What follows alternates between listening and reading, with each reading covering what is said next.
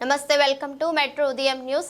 వరంగల్ జిల్లా నర్సంపేట పట్టణంలోని citizen club లో ఏర్పాటు చేసిన ఉద్యమకారుల సభలో పాల్గొన్న ప్రో కోదండరాం మరియు ఉద్యమకారులు వరంగల్ అయ్యప్ప ఆలయం నుండి సిటిజన్ క్లబ్ వరకు డప్పు చప్పులతో ర్యాలీ నిర్వహించిన అనంతరం కోదండరాం సభా ప్రాంగణంలో మాట్లాడుతూ తెలంగాణలో 1200 మంది బలిదానమే తెలంగాణ రాష్ట్ర ప్రభుత్వం అందరి సహకారంతో తెలంగాణ రాష్ట్ర ప్రభుత్వం ఏర్పడింది.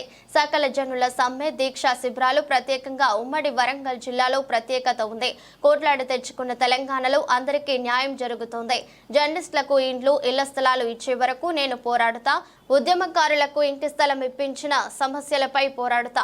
నాకు ఎమ్మెల్సీ రావడానికి సహకరించిన తెలంగాణ రాష్ట్ర ప్రజలకు ధన్యవాదాలు.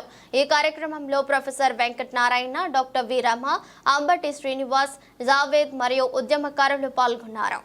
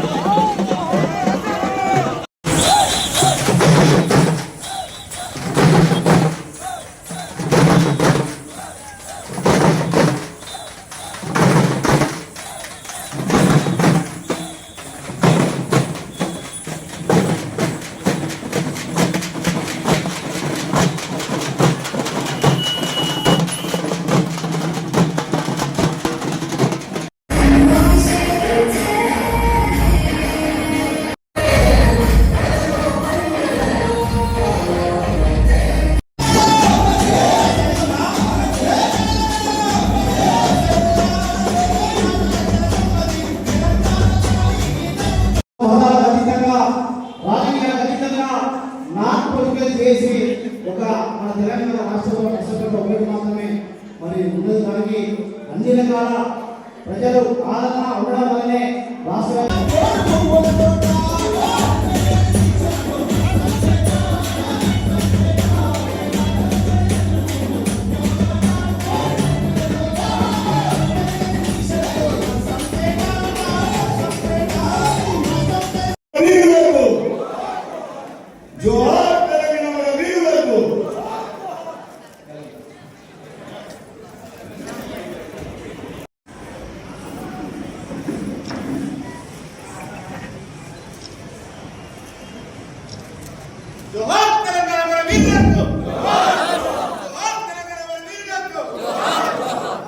జోహార్ తెలంగాణ వీరులకు అమరవీరులకు సార్ కోదండరాం గారు పూలమాల వేయాల్సిందిగా అదేవిధంగా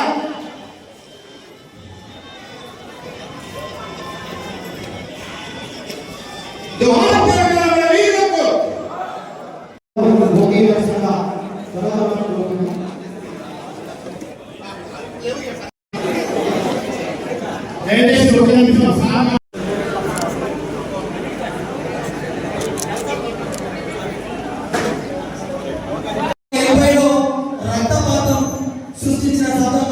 ఇవాళ తెలంగాణ వ్యాప్తంగా కూడా ఉద్యమకారుల సదస్సులు జరుగుతున్నాయి.